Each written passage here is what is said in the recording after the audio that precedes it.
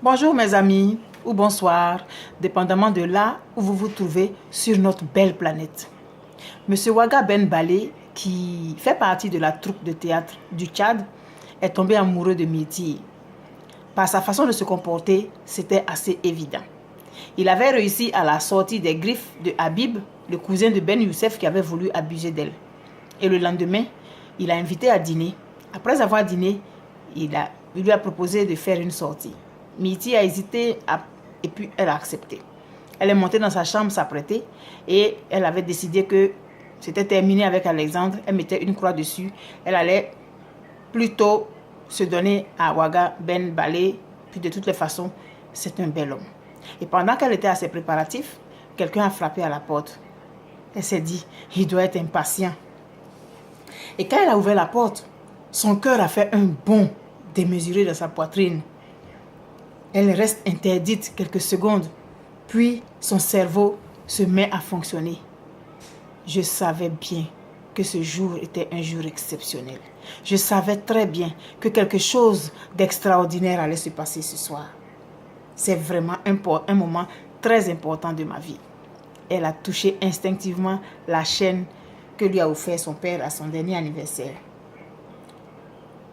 Celui qui vient d'arriver et elle se regarde pendant une éternité. Ah, qu'il était impatient. Ça se sentait dans son regard, ça se sentait dans sa façon de se tenir, qu'il ne pouvait pas attendre plus longtemps. Il la pousse avec douceur dans la chambre, referme la porte derrière lui, puis il lui passe les bras autour du cou pour l'embrasser avidement. Elle se laisse faire véritablement consentante. Après le baiser de feu, il la soulève du sol pour la poser délicatement sur le lit de la chambre de l'hôtel. Il la contemple un instant et sans autre forme de procès, défait le cordon du peignoir. Il l'embrasse avec une telle fougue qu'elle en a le vertige. Les mots sont inutiles. Elle tente de déboutonner la chemise qu'il porte, mais ses mains tremblent d'émotion.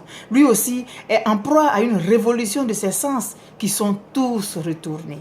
Leurs corps battent à l'unisson. Elle essaye une seconde fois de déboutonner la chemise. Voyant qu'elle n'y arrive pas, toute seule, il l'aide à le faire. Oh Myrtille, mon fruit exotique. Oui, Myrtille, je suis à toi depuis le premier regard. Moi aussi. Myrtille, la reine de mes pensées depuis le premier jour. Ils roulent sur le grand lit. Ils s'embrassent à en perdre le souffle. Leur désir est tellement grand qu'ils se taisent finalement pour s'aimer sans honte. Se déclarer mutuellement leur amour et leur passion. Ils s'aiment encore et encore, encore et encore. Lui ne fait que prononcer son nom comme s'il n'arrivait pas à réaliser ce qu'il vit. C'est grand, c'est beau, c'est naturel. Peu de temps après, il s'explique. Et Alexandre, eh oui, c'est de lui qu'il s'agit. Et à qui aviez-vous pensé? À Ben Ouaga? Mais non, c'était Alexandre en chair et en os. Alexandre lui donne tous les détails de son aventure avec Iris, sans oublier de mentionner l'affaire de l'oncle Jean-Michel, en précisant qu'il n'en savait rien. Il lui conte toutes les péripéties qu'il a vécues pour la retrouver avec la complicité de Sonia et de Nazli. Nazli? Oui, Sonia m'a donné son contact et dès que je suis arrivée, nous nous sommes rencontrés. J'ai passé la journée avec elle et son fiancé. Je n'arrive pas à y croire. J'ai autant de traîtres dans mon entourage et je ne le sais pas. Ils éclatent de rire et Alexandre redevient sérieux. Comment as-tu pu manquer ainsi de confiance en moi, Mimi? C'est qu'avec la carte d'invitation qu'Iris m'a présentée, et puis j'étais tellement désespérée.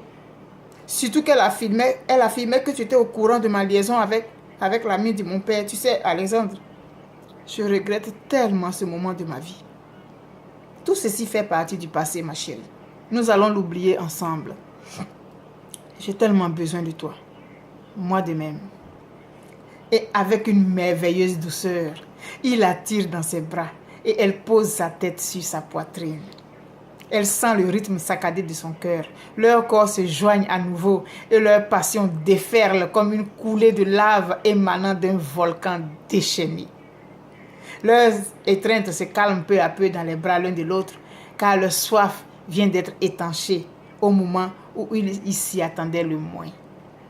Le téléphone sonne et Mitty sursaute. Elle veut prendre le combiné, mais Alexandre, ayant remarqué son air, est plus prompt qu'elle. Il décroche et entend au bout du fil un « Allô Myrtille, tu viens ?» Langoureux et tendancieux. Cela suffit pour lui permettre de ne plus se contrôler. « Bonsoir monsieur, je peux faire quelque chose pour vous ?» Elle a oublié monsieur Ouagabali. « Oui, passez-moi Myrtille, si ce n'est pas trop vous demander. »« Quelles sont ces manières là, monsieur ?»« Je ne vous cause pas. Je veux parler à l'occupante de la chambre. »« Peut-on savoir qui vous êtes ?» ?»« C'est plutôt à moi de vous poser cette question, parce que cette chambre n'est pas la vôtre. »« Vous connaissez son occupant ?»« Oui, monsieur, et plus que vous ne croyez. » C'en est trop. Alexandre suffoque. Il tend le combiné à Myrtille sans dire un mot. Cette dernière aurait bien voulu être à des années-lumière de là. Elle avait complètement oublié son Ben. D'une voix piteuse, elle lui demande de l'attendre quelques minutes supplémentaires. Sa robe qui est restée sur le lit et qui a supporté leurs deux corps est toute chiffonnée à présent. Elle ouvre la penderie et en choisit une autre, blanche et courte. Alexandre lui demande où elle se rend. Elle lui répond froidement qu'elle descend voir celui qui l'a appelé. « Tu vas aller le retrouver ?»« Mais bien sûr, nous devions sortir et tu es arrivé. Ce qui m'a empêché d'aller le rejoindre en bas. Mitty, tu as eu une aventure avec lui ?»« Ce n'est pas important, répond-elle, avant de refermer la porte et lui avoir demandé de prendre une chambre. »« Mitty, tu t'es très mal comporté puisque tu n'es pas l'occupant de ma chambre. Par conséquent, tu n'avais pas à répondre à mon coup de fil et encore moins à être impoli avec mon correspondant. » Alexandre, sans dire un mot, ressort de la chambre avec ses affaires. Lorsque Mitty retrouve son chevalier servant dans le hall, celui-ci est adossé au comptoir en train de siroter un jus de fruits. Mitty se dirige vers le salon de l'hôtel, décoré de fresques représentant des scènes de la vie champêtre en Égypte. Des fauteuils rembourrés de couleur beige sont disposés en arc de cercle autour d'un bassin de forme ovale rempli de fleurs naturelles. Mitty s'assoit et l'homme fait de même. « Nous sortons, oui ou non ?»« Non, plus maintenant. »« Puis-je savoir pourquoi ?»« Oui, pour la simple raison que mon fiancé est arrivé. » « Et moi dans tout ça ?» Devant la mine déconfite de son vis-à-vis, Mitty résume la situation qui prévalait entre elle et Alexandre à Abidjan. Elle confie à son nouvel ami que dès qu'elle a aperçu Alexandre, elle s'est rendue compte qu'elle aurait commis une grave erreur en mettant ainsi une croix définitive sur lui. Elle ne lui cachait rien. Il se montre compréhensif et tend la main. « Ami ? Oui, ami pour la vie. Merci toi aussi pour ta franchise. Merci pour ta compréhension, Ben. » C'est ainsi que Mitty rentre se coucher. Peu de temps après, Alexandre l'appelle pour lui demander s'il peut passer la voir. Elle ne voit pas d'inconvénient à sa demande. Il rentre tout penaud dans la chambre. Il lui avoue peu après qu'il a cru la perdre. « Je te demande pardon pour ce qui vient de se passer. J'ai failli devenir fou quand je l'ai entendu demander après toi avec cette familiarité. Tu crois que je suis le genre à me donner au premier venu ou quoi? » Non, bien sûr que non. Mais ces quelques minutes ont été un calvaire. Tu m'as mis à la porte comme un malpropre et j'ai pensé que tu sortirais avec lui ce soir. Je t'ai guetté derrière la porte jusqu'à ce que tu rentres dans ta chambre. Tu es sur le palier? Non, mais je suis venu m'asseoir dans le couloir qui mène aux escaliers. Tu sais que ta chambre n'en est pas loin. J'ai trop souffert, Mitty, dit-il. Imagine ce que moi j'ai vécu pendant tout ce temps, depuis que j'ai quitté Abidjan, répond-elle. Eh oui, j'imagine ce que tu as ressenti. Je te jure, Mitty, que plus jamais je ne te ferai de mal, même en pensée. Je te crois. Mais dis-moi, quand tu veux être femme, tu l'es. Je ne t'ai même pas reconnue. C'est comme ça que je suis. Il faut savoir se faire respecter. Voilà. Nous savons tout maintenant.